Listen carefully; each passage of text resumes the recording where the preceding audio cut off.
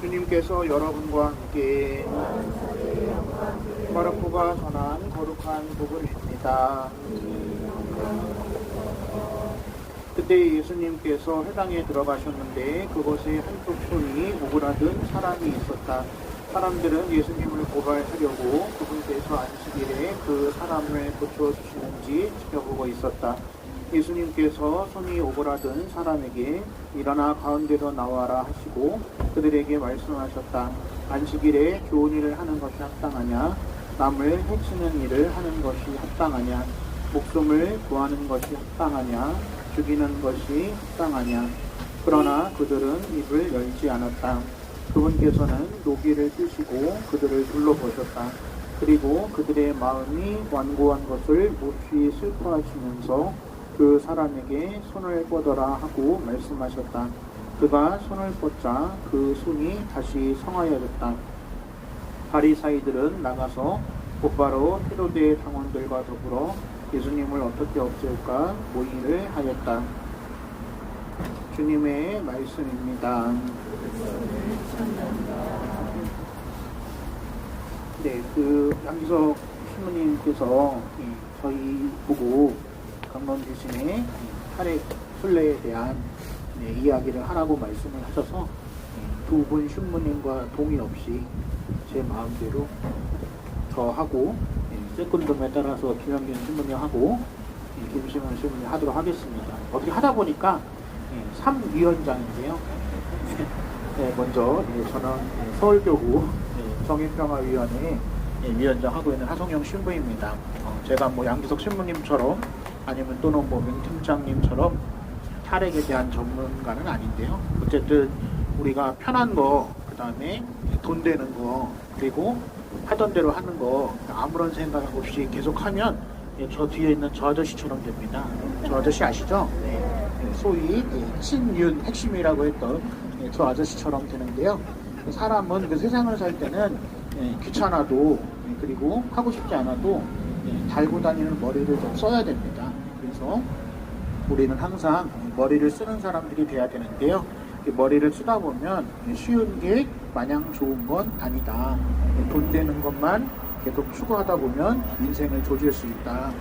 그리고 하던 대로 계속 하다 보면 친구 따라 강남 가는 게 좋을 수도 있지만 친구 따라 강남 잘못 가면 인생을 영원히 망칠 수도 있다. 그러한 모습을 우리 예수님께서 보여주셨으니까 조금 힘들고 어렵고 또 돈이 되지 않고 또 하던 것은 아니라고 하더라도 우리는 예수님의 길을 따라서 지구의 길, 생명의 길, 그다음에 영원한 구원의 길을 가는 그런 신앙인이 되어야 하겠습니다. 제 얘기는 여기서 마치고요. 훌륭하신 김현균 신부님께 마이크를 넘기도록 하겠습니다. 네, 서울교구 경찰사법위원회 김형균 스테파노 신부입니다. 이렇게 함께 연대하기 위해서 저희 왔었고 하면서 느낀 것은 경찰들하고 같이 있다 보니까 경찰 입장에서는 아무래도 이렇게 집회 시위나 아니면 이렇게 어떤 활동들 하실 때 사고 방지를 위해서 항상 겉에서만 돌고 있었고 오히려 때로는 어떤 경찰들은 안 좋은 시선으로 일이 늘어난 거니까요. 그렇게 바라보기도 했었는데 저희 입장에서는 먼저 저희도 한번 이렇게 활동하는 것 안에서 이 안에서 갖고 있는 고충들이나 또 올바른 의의를 갖고 활동하시는 분들의 뜻을 저희도 고스란히 배워서 저희가 만나는 경찰들 안에서도 이런 것들을 전하고 좀 더 많은 이들이 공감하면서 또 안전하게 이런 것도 우리가 추구하는 것들을 그 탈핵이나 이런 것들을 앞으로도 실천해 나갈 수 있도록 함께 노력하는 좋은 기회가 되었던 것 같습니다. 네, 또 마이크 넘기도록 하겠습니다. 예, 저는 노동선목위원회 김신만 시민입니다. 제가 밀양 송전탑 때 갔었는데요. 그때도 그렇지만 지금도 그렇지 자꾸 에너지 쓰는 사람 있고 피해 받는 사람이 따로 있다는 게 너무 안타깝습니다. 탈핵 전부 다 상생이라는 말도 좀 많이 하는데 상생이 누군가 희생을 통해서 한쪽만 살아가는 게 아니거든요. 다 같이 함께 살아야 됨에도 불구하고 아직까지 힘 있는 사람들 힘이 있으니까 나는 내가 마음대로 해도 돼. 아직까지 그러고 있습니다. 독서에서 다윗과 골리앗 싸움 힘으로는 누리죠. 네, 사람이 많으면 그쵸 우리 하나님께서 함께 하신다면 우리가 승리할 수 있다는 믿음으로 함께 했으면 좋겠고 정말 그쵸 처음에는 잘 모릅니다. 모르니까 그 상황에서 잘한다고 하지만 뒤늦게 분명히 잘못된 걸 안다라는 거죠. 우리가 근데 알았을 때 진짜 현명한 사람은 그만두고 정말 회심을 해서 회개를 해서 다시금 새로운 길을 찾아내면 좋을 거고, 끝까지 나는 처음에 잘하려고 했어. 잘하려고 하는 것이 아니라 정말 지금 잘못하고 있다는 걸 깨달아야 한다는 거죠. 자꾸 처음만 초심은 정말 잘하려고만 그 마음을 갖고 있대. 하지만 정말 내가 어떤 방향으로 가고 있는지 지금 현재도 생각해야 된다는 거. 그리고 여기 와서 그렇죠. 서울에서 잘 안 보입니다. 이게 한다는 게, 저도 옆에서 한다는 얘기 들었지만 실제로 와서 하니까 정말 꾸준히 하는 분도 있고, 이게 한 몇 년 하는 게 아니라 몇십 년 동안 계속 이어져 왔다는 게 또 새삼 이렇게 다가왔는데, 정말 그렇죠. 아직 다 해결된 게 아니기 때문에 끝까지 가야 된다는 생각 다시 하고, 여지껏 함께 계속 해주시는 거에 감사드리고, 저 역시도 저희가 있는 자리에서 함께 하도록 하겠습니다. 감사합니다. 예, 뭐 성원기 교수님 말씀이면 저 양반 워낙 말씀 많으시고 이제 그만 좀 해라 뭐 그런 소리를 많이 들으시는 분이긴 한데, 좀 새로우신 분들 계시잖아요. 그래서 아까는 너무 짧았던 것 같고, 이제 탈핵순례 얘기 좀 봐서 또 덧붙여서 왜 하려고 했었는지, 그리고 앞으로 어떤 걸 바라는지 좀 어떻게 좀 해줬으면 좋겠는, 함께 해줬으면 좋겠는 그런 얘기를 좀 나눠주시면 좋을 것 같아요.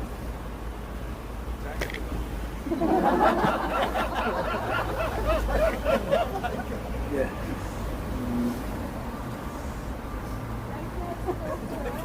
예. 예. 그 삼척 우체국 같은데요. 사실 삼척 우체국 같았으면 먹먹할 때가 많아요.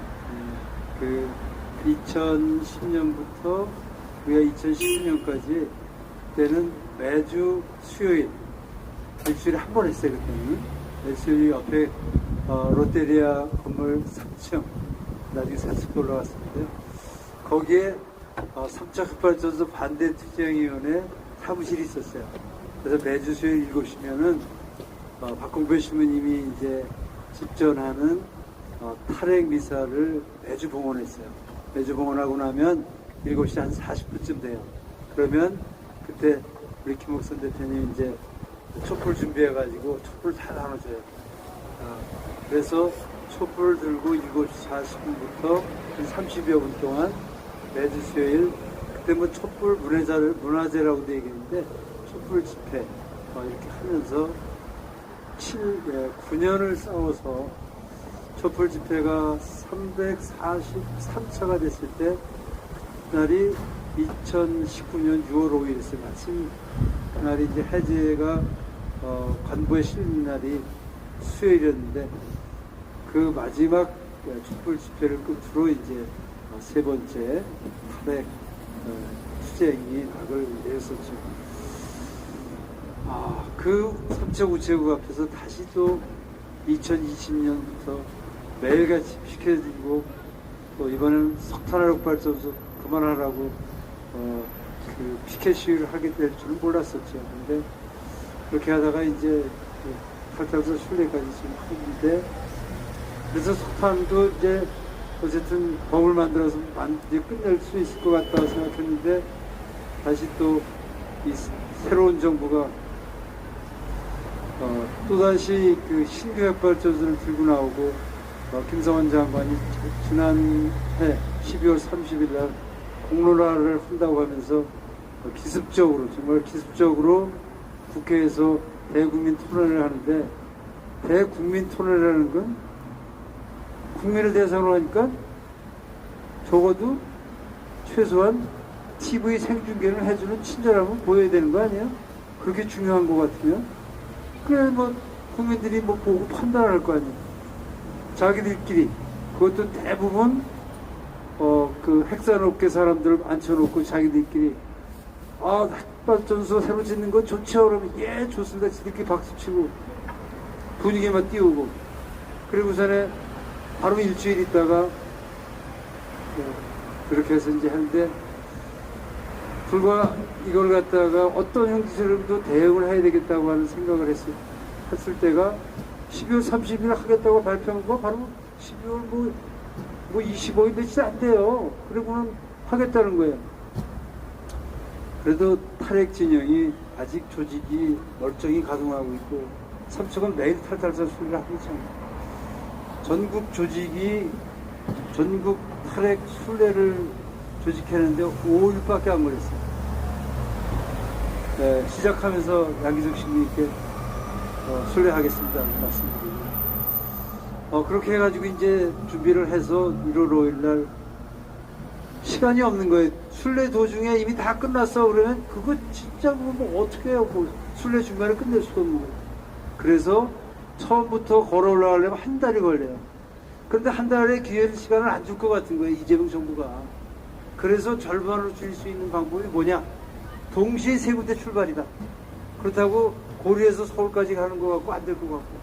그래도 영광에서도 오고 호남, 영남도 해가지고 전국을 같이 걸어야 될 것 같으니까 고리에서 세종시까지, 그 다음에 전남 영광에서 세종시까지, 그 다음에 세종시에서 다시 또 먼저 같은 동일날 같은 날 1월 5일 날 그 기자회견 동시에 하고 15일을 걸어서 이제 우리는 세종시로, 또 세종에 출발할 분들은 노량진역까지 갔습니다. 노량진역까지.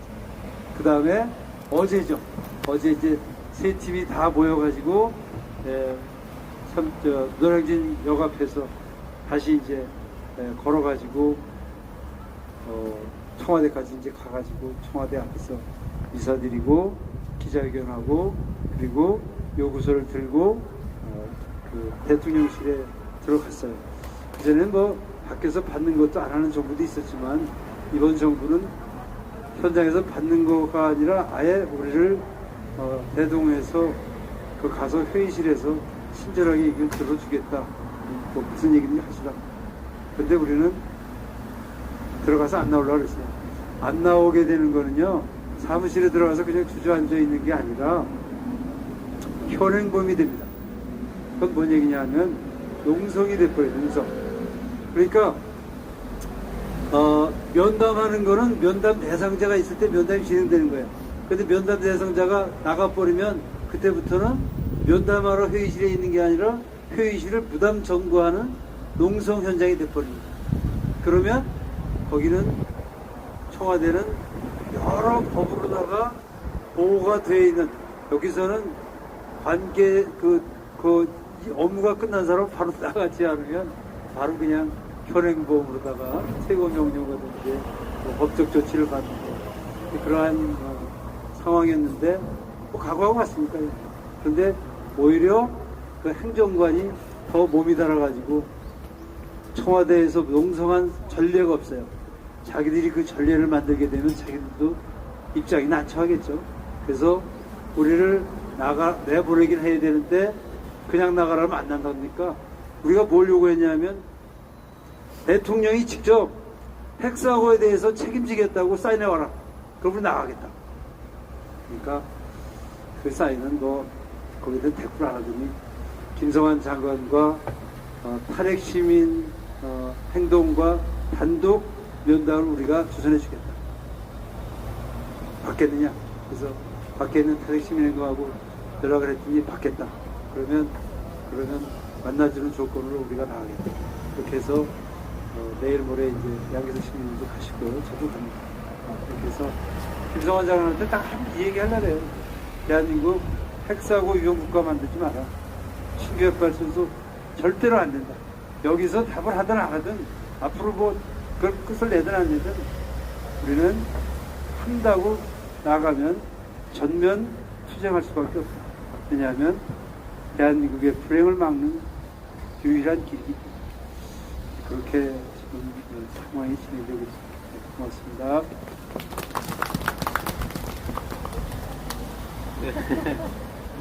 그 핵발전소 사고가요. 미국에서 스리마리라는 곳에서 일어났었고, 그다음에 79년도에, 그다음에 86년도에 체르노빌에서 일어나고요. 그다음에 2011년에 후쿠시마, 일본 후쿠시마에서 터져서 왔는데 그 공통점들이 있어요. 어떤 공통점이 있냐면 전 세계에서 가장 핵발전소가 많은 나라들에서 사고가 났거든요. 그게 뭐냐면 개수가 늘어날수록 사고 위험성이 훨씬 더 높아지고, 그리고 핵발전소의 수명이 더 길어질수록 노후화라는 표현을 쓰는데요. 그 수명 연장이나 계속 그 시설을 개선하는 작업들을 해요. 그런데 이게 부품을 교체한다고 새 기계가 되는 게 아니거든요. 우리 몸을 한번 생각해 보시면 그 특정한 한 곳을 건강하게 만든다고 나이가 들어가는 육체가 갑자기 젊어지고 그러는 것은 아니거든요. 그냥 그 수준에서 큰 사고가 없이 잠깐 버티는 정도뿐이 안 돼요. 근데 우리나라는 제대로 알려지지 않았지만 영광 핵발전소 같은 경우에는요, 그 안에 구멍이 핵발전소 경남도라고 불리는 바깥의 충격을 버텨주는, 외부의 충격이나 내부에서 문제가 생겼을 때 바깥으로 방사능을 새지 않게 해주는 그 경남로에 구멍이 90cm짜리 구멍도 있고, 네, 크고 작은 것들이 수백 개가 있는, 네, 그리고 누가 떨어뜨리는지 모르겠는데 그 핵융합로 안에 그 핵 분열을 일으킨 그곳에 망치가 떨어졌는데 방사능 때문에 건지지를 못하고 있어요. 수십 년 동안. 그리고 고리핵발전소 같은 경우에는 근무자들이 마약을 한 적이 있어요. 근무하면서. 대형 사고가 안 난 게 1000원이에요. 크고 작은 것들이, 크고 작은 사건 사고들이 매년 수십 건씩 생깁니다. 뭐 직원이 밖에 나가서 음주운전하는 그런 사고는 바깥에서 일어나는 건 상관이 없는데 내부에서 그런 일들이 벌어지는데, 예. 그런데 계속 사고가 안 났으니까 안전하답니다. 그런데 솔직히 엄밀히 따져서요, 우리가 미국보다 기술력이 뛰어납니까? 특정 민간 분야에서 뛰어날지 모르겠지만 최첨단 분야, 우주 산업 분야 이런 곳에서는 러시아한테 배워야 될 판이에요. 그리고 민간까지 포함하면 일본보다도 한참 아직 기술력이 떨어진 나라가 바로 우리나라입니다. 우리보다 훨씬 더 발달되고 원천 기술을 갖고 있는 그 나라들에서도 사고가 났어요. 그런데 지금 새로운 최신 기술을 적용해가지고 수명을 연장한다 하고, 그리고 새로운 핵발전소를 짓겠다 이런 소리들을 하고 있는데, 얼마나 웃기냐면 미국과 일본, 유럽에서 적용하는 핵심 기술들은 우리나라에 적용을 하지 않습니다. 왜냐하면 그런 핵심 기술들을 적용하게 되면 비용이 엄청나게 많이 들어갑니다.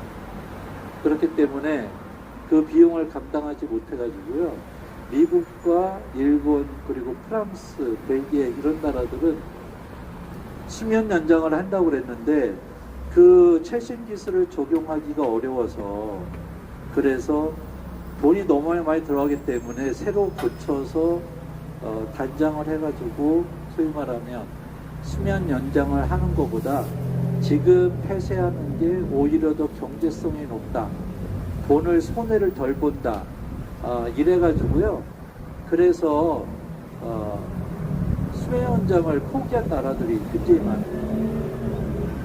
그리고 재작년에 미국의 바이든 정부 시절에 핵발전소를 3군데 6개인가를 더 지을 수 있도록 허가를 해주겠다고 바이든 정부에서 발표를 했었어요. 근데 그때 일제히 미국 언론들이 경제성이 없어서 어떤 기업이 하겠다고 나서겠느냐라는 이런 평가를 했었습니다. 그리고 지금까지도 누가 하겠다고 나선 기업이 없어요. 우리나라에 들어오겠다는 SMR을 짓겠다고 하는 뉴스케일이라고 하는 기업이 있습니다. 윤석열 정부가 시절에 윤석열이 가서 MOU를 맺고 왔던 회사가 있어요. 그 회사는 계속 주인이 바뀌고 있습니다. 계속 파산을 하고 있어요. 이런 상만 존재하고 실제로 지어지지 않았던, 상업 운전을 해본 적이 없었던 그런 것인데, 미국과 유럽에서는 경제성이 없다라고 실제로 적용이 되지 않았었는데 한국에서 해보겠다는 거예요. 그래서 한국에서 할 거라는 생각 때문에 지금 그 회사 주가가 2년 사이에 20배 올랐습니다. 20배 올랐는데 3만 원에 우리 돈으로 따지면. 그 전에 똥값이었어요. 우리 돈으로 한 1,500원, 2,000원 했었다는 소리예요. 미국 회사인데. 전 세계에서 거의 유일하다시피 SMR을 지을 수 있는 기술을 갖고 있는 회사인데, 다른 사람들은 그런 것이 실현될 거라고 생각을 안 하고 있었던 거죠.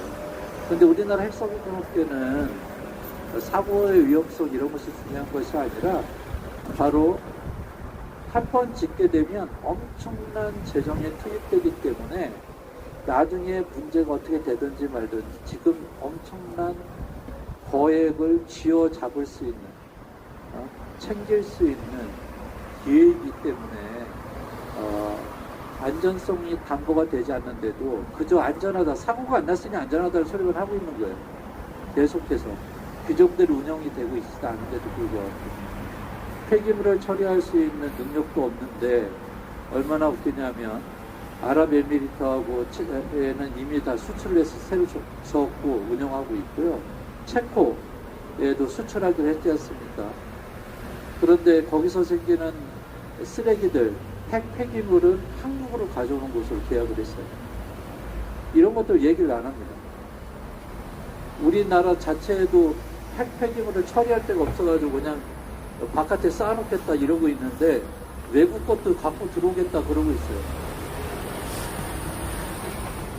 그러니까 지금 얼마나 그 부패한 구조가 고착화되어 있는 것이 핵산업계이고, 지금 특히나 그런 에너지와 관련된, 그 중에서도 핵발전소와 관련된 산업계가 그런 구조를 갖고 있고요. 그리고 그 탈핵을 하지 않은 나라가 없는 것도 아닙니다. 독일은 이미 탈핵을 한 지가 4년째가 되고 있고요. 대만은 작년에 탈핵을 했습니다. 핵발전소를 다 멈췄어요. 그 나라들 전기 안 써서 멈췄겠습니까?